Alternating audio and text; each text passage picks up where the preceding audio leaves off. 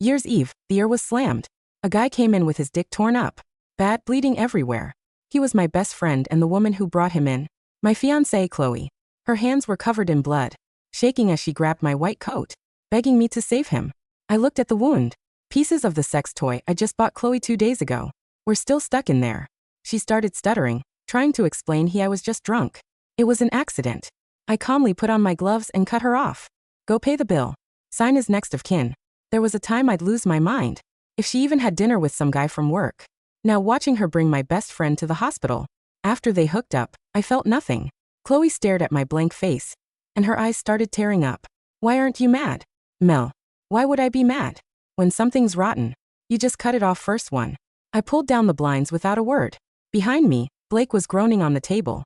The anesthesiologist had just given him a shot, but it hadn't kicked in yet. Blake was drenched in sweat, but when he saw me he actually smirked. Go easy on me, Liam. If you mess this up, Chloe's gonna be devastated. I poked around the wound with a clamp. Suck it up. The tweezers pulled out a bloody chunk of the toy. Blake flinched and screamed.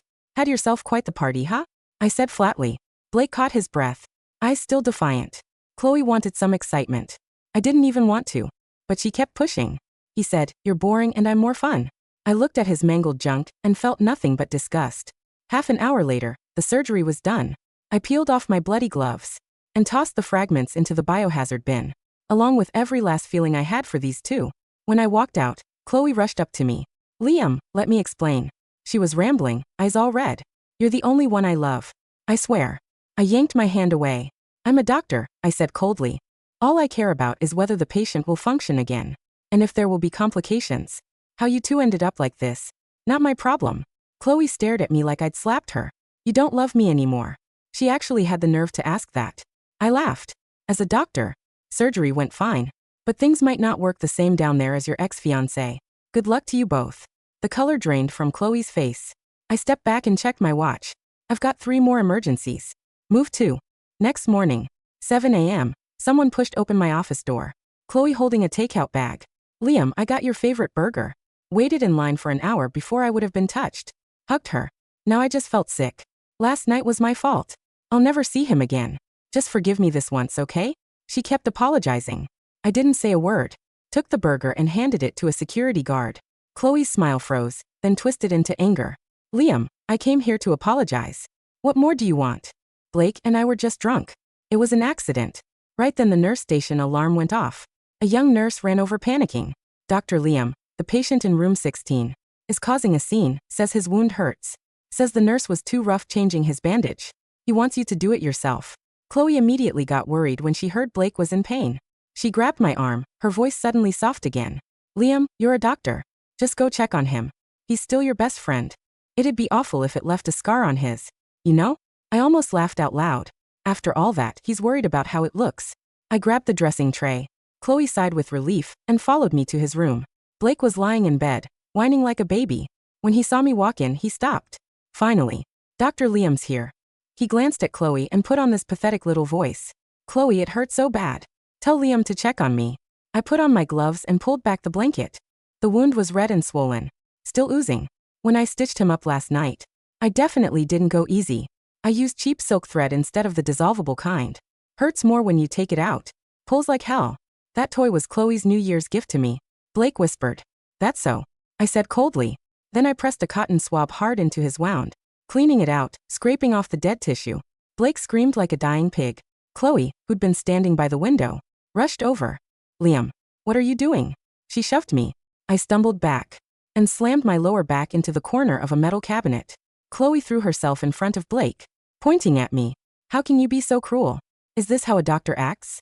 Blake cowered in her arms, playing victim. Chloe, he's doing it on purpose. He wants me to suffer. Chloe looked at him with so much pity. I was done because the Chloe who loved me, she was dead. This Chloe was just trash. I straightened up, leaning on the cabinet. Cleaning a wound hurts. If you can't handle it, don't get treated. I tossed the tray on the table. Honestly, I find this disgusting. 3 by noon. Rumors were flying around the hospital. Did you hear Dr. Liam in the ER is taking revenge on a patient? I heard he's fighting over a woman. So unprofessional. The head nurse kept giving me weird looks. That afternoon, the director called me into his office. Liam, this is causing problems, he said. Seriously, Miss Chloe filed a complaint. The surgery was fine, but your attitude was inappropriate. You're suspended for a few days. Miss Chloe said if you apologize, she'll drop it. I gripped my coffee cup tighter. I'd saved so many lives, and now because of these two cheaters, I was getting suspended. When I walked out, Chloe was waiting in the hall. She was leaning against the wall smoking. When she saw me, she put it out and walked over. Liam, just apologize to Blake. I'll withdraw the complaint. I know it's unfair, but he's a patient right now. Just play along. I looked at her fake concerned face, and suddenly it hit me how ridiculous this all was. How did I ever love someone this pathetic?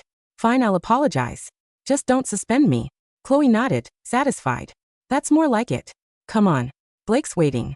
Back in my office, I pulled out a file from the back of my drawer from 3 years ago. I'd never been able to throw it away. Now it was finally useful. I walked to Blake's room. Inside, it wasn't just Blake. Chloe's sketchy friends were there, plus a few co-workers. That nerd Liam.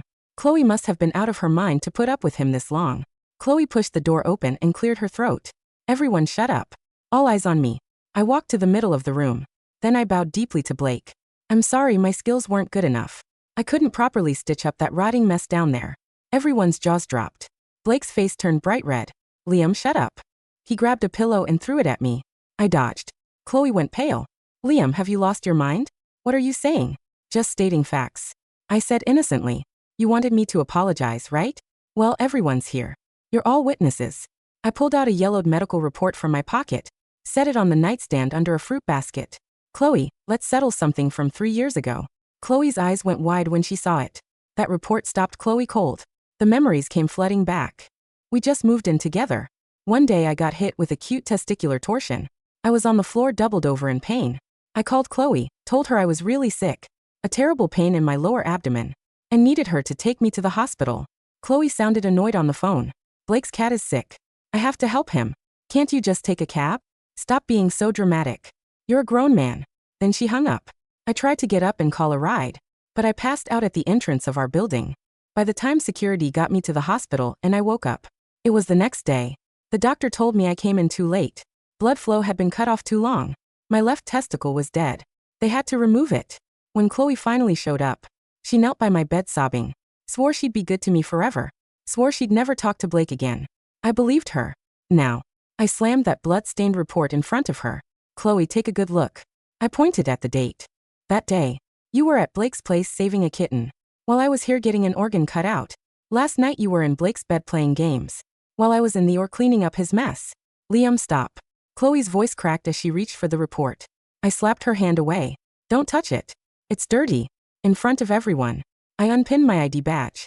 Thwack. It landed at Chloe's feet. I'm done being a doctor here. I'm done with you, Blake. Chloe, good luck. I turned to leave.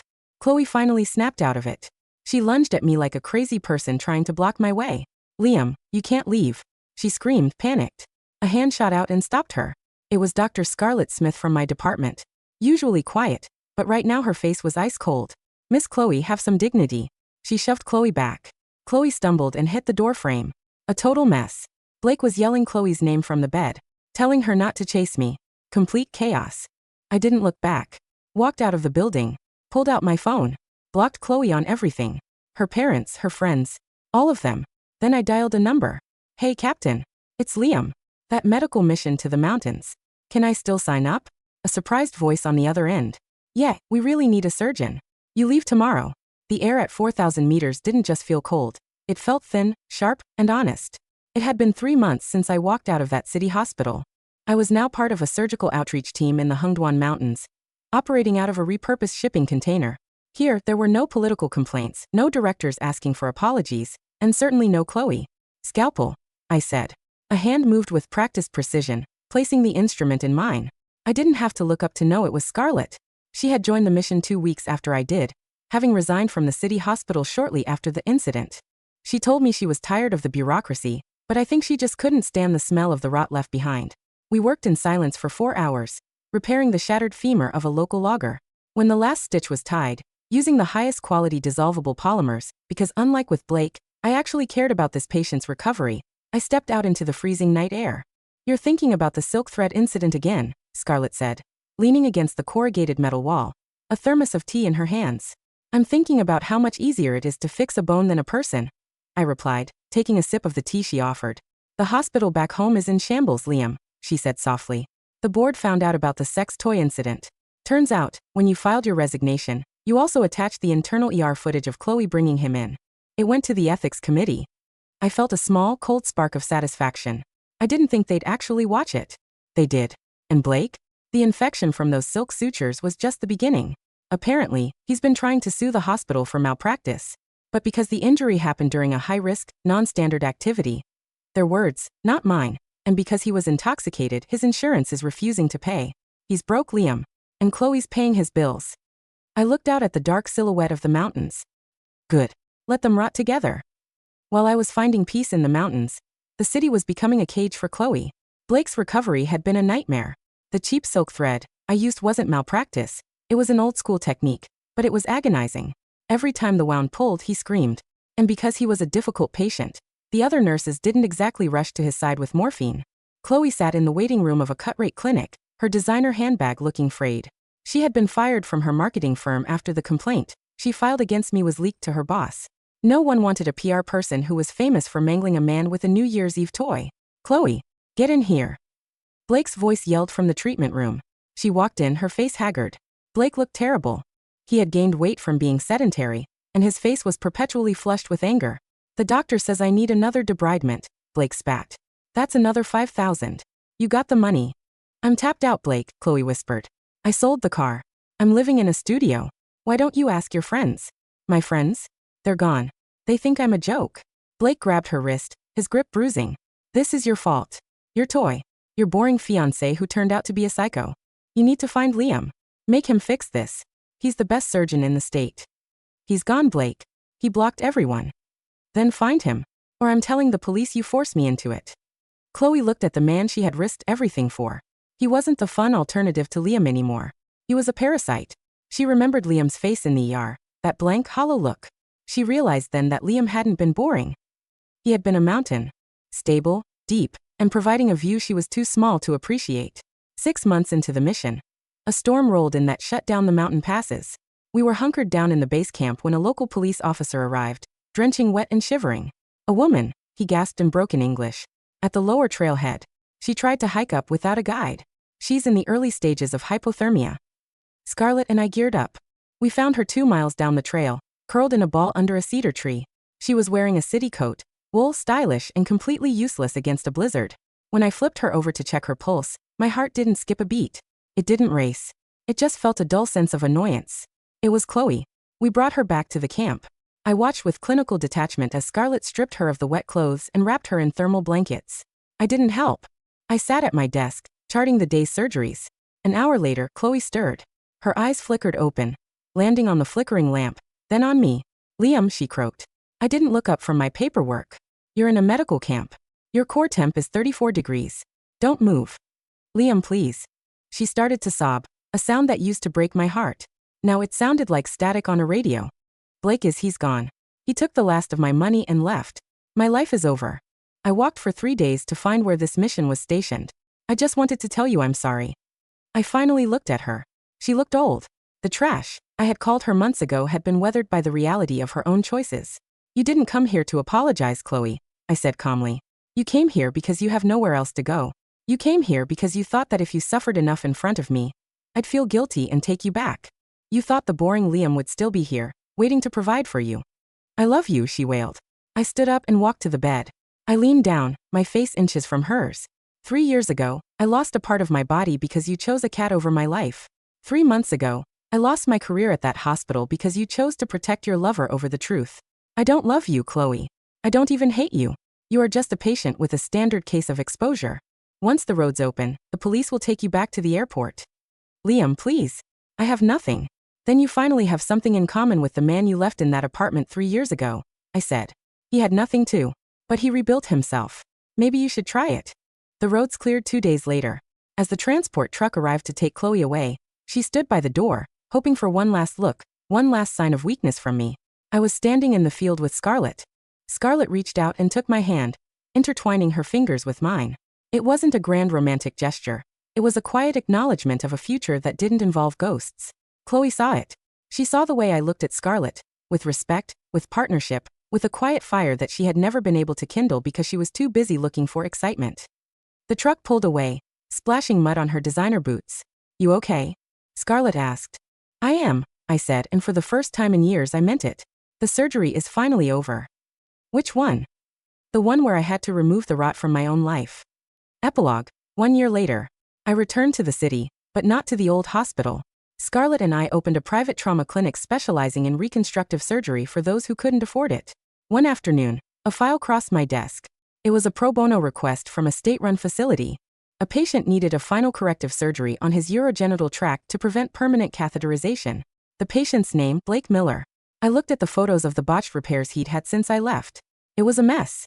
I picked up my pen. I didn't hesitate. "Request denied." I wrote in bold black ink. Underneath, in the reason for refusal section, I simply wrote, "The tissue is necrotic beyond repair. Some things, once cut off, can never be reattached." I closed the file, walked out of my office, and went to meet Scarlett for lunch. The sun was shining, my hands were steady, and for the first time in my life, I wasn't just a doctor. I was a man who was finally completely whole.